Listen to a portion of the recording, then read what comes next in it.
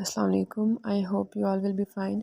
सो हम डिस्कस कर रहे थे लिटरेरी क्रिटिसिज्म को, और इसमें हम रिपब्लिक बुक 10 का देख रहे थे, प्लेटो को किस तरह वो पोइट्री को क्रिटिसाइज़ करता है ऑफ द ग्रीक्स। तो हमने बाकी सारे पॉइंट डिस्कस कर लिए थे कि किस तरह पोइट्स आर नॉट यूज़फुल, और उसमें हमने होमर की एग्ज़ाम्पल दी, और इसके अलावा हमने थ्योरी ऑफ इमिटेशन को डिस्कस किया जिसमें हमने मेकर का बताया, डिवाइन बीइंग का बताया, और हमने बताया कि जो पोइट्री है it is twice remove from the reality. ये तो हमारा हो गया रीकैप जो हमने लास्ट किया। देन हमारे पास जो आज का टॉपिक है वो है अबाउट द रेशनैलिटी।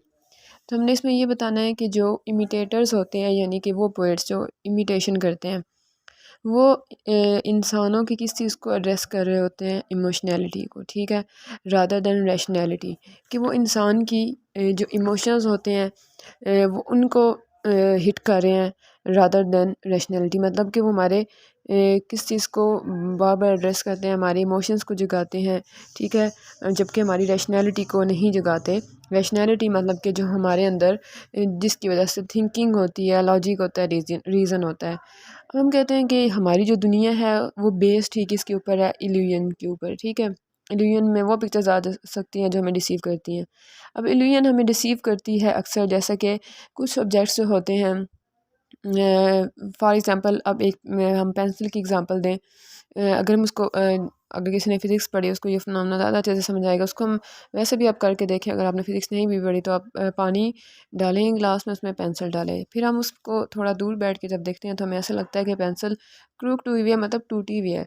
लेकिन जब हम उसको बाहर निकालते हैं तो वो पेंसिल बिल्कुल सीधी होती है। अब अंदर बेशक क्रूक्ड हुई हुई है, लेकिन हमें पता है कि वो नहीं टूटी हुई। इसी तरह हमें कुछ कॉन्केव ऑब्जेक्ट्स कन्वेक्स नज़र आने लग जाते हैं, कुछ कन्वेक्स ऑब्जेक्ट्स कन्वेक्स नज़र आने लग जाते हैं, और लार्ज चीज़ें हमें छोटी नज़र आने लग जाती हैं। जैसे कि फॉर एग्ज़ाम्पल आसमान के ऊपर जहाज़ उड़ रहा है तो वो हमें दूर से छोटा नज़र आता है। तो इसकी वजह से एक कंट्राडिक्शन क्रिएट हो जाती है रियलिटी के दरमियान और इल्यूजन के दरमियान। तो ये जो कंट्राडिक्शन होती है दिस आर्ट, तो जो हमारे पास जो होती है ना, लेकिन हमारे पास हमें पता है हर इंसान के पास एक लॉजिक और रीजनिंग होती है जो किसके ऊपर बेस होती है, नंबरिंग और वेइंग के ऊपर। यानी हर एक के पास रीज़न है, लॉजिक है। तो this art creates an apparent contradiction with the reality and help us to overcome this illusion. तो हमारे पास क्योंकि लॉजिक होता है, इंसानों के पास रीज़न होता है, तो वो इस इल्यूजन को ओवरकम कर लेते हैं। बेशक वो पेंसिल क्रूक हुई हो, उन्हें दूर से चीज़ छोटी नज़र आ रही हो, लेकिन उन्हें असल में पता होता है कि वो जो ऑब्जेक्ट है वो टूटा हुआ नहीं है। पेंसिल जो है बेशक हमें नज़र आ रही है क्रूक्ड हुई है, लेकिन असल में वो बिल्कुल स्ट्रेट है। तो हमारी जो सोल होती है उसके बेसिकली दो पार्ट्स होते हैं। एक वो पार्ट होता है हमारी सोल का जो लॉजिक और रीजनिंग को फॉलो कर रहा होता है, यानी कि कैलकुलेटिंग और वेइंग को। लेकिन जो हमारा दूसरा पार्ट होता है वो लॉजिक और रीजनिंग को फॉलो नहीं कर रहा होता।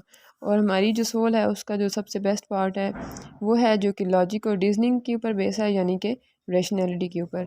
और जो हमारा दूसरा पार्ट है सोल का, उसको हम कहते हैं इन्फीरियर।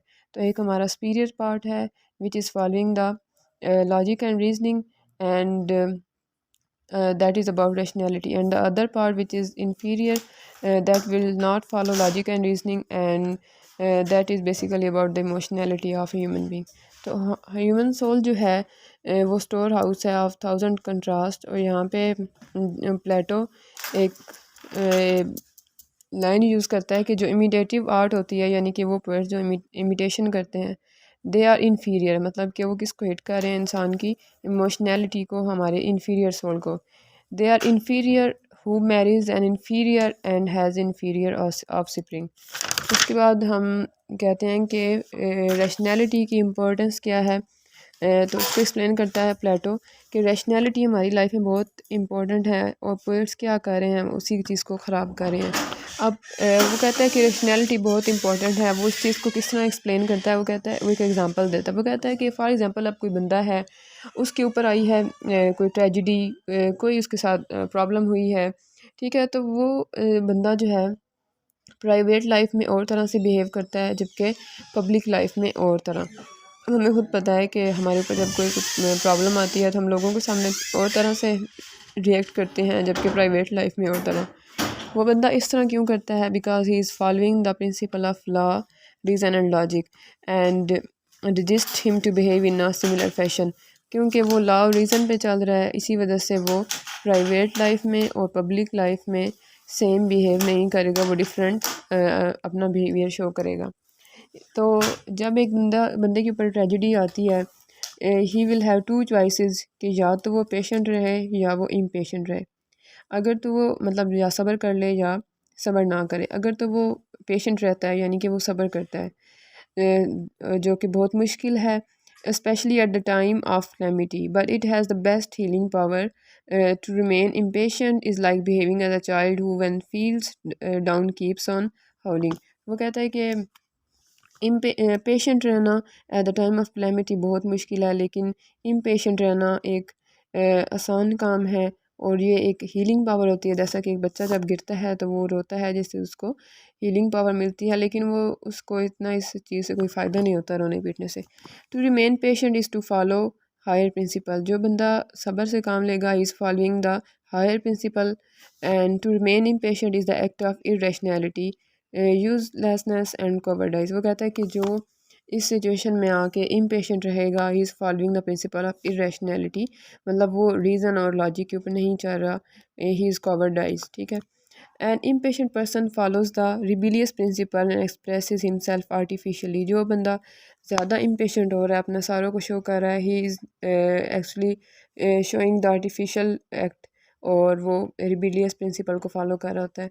इसी वजह से we have seen in public festival two different reaction of the crowd, हम पब्लिक फेस्टिवल में दो किस्म के लोगों के रवैये देखते हैं। तो यहाँ तक हमने कहा कि जो पोइट्स हैं वो हमारी रैशनैलिटी को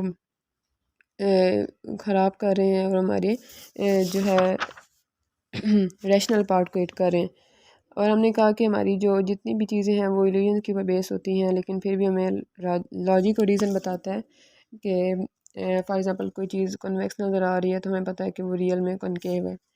सो हमें लॉजिक और रीज़न बताता है। हमारी सोल के दो पार्ट्स होते हैं, एक इंफीरियर और एक सुपीरियर। जो सुपीरियर पार्ट होता है वो लॉजिक और रीज़न को फॉलो करता है, और इन्फीरियर पार्ट हमारे लॉजिक और रीज़न को फॉलो नहीं करता। और जो पोइट्स हैं हमारे वो हमारे उसी पार्ट को हिट करते हैं, which is not following the logic and reason. Then हमारे पास है कि जो इमिटेटिव पोइट्स होते हैं वो अपनी इमिटेशन के ज़रिए इंसानों को खुश करते हैं, एंड दस अफेक्ट द रैशनल प्रिंसिपल, और हमारे जो थिंकिंग वाला पार्ट होता है उसको बहुत ज़्यादा इफ़ेक्ट करते हैं। अब यहाँ पोइट्स का रोल बताएंगे कि पोइट्स किस तरह हमारी सोल के इन्फीरियर पार्ट को इन्फीरियर पार्ट और किस तरह उन दोनों के दरमियान फ़र्क करके उनको इन्फीरियर पार्ट को नरिश कर रहे हैं और रैशनल पार्ट को दबा रहे हैं। वो कहता है कि the task of a poet is the inferior part of the soul, which he does by nourishing and strengthening and strength and provide the strength to the feeling and hunting and impairing the reason। वो कहता है कि जो pets होते हैं क्योंकि वो imitation कर रहे हैं तो हमारे को सोल के इस पार्ट को हिट कर रहे हैं, वो हमारे इंफीरियर पार्ट को, विच is not on the base of logic and reason.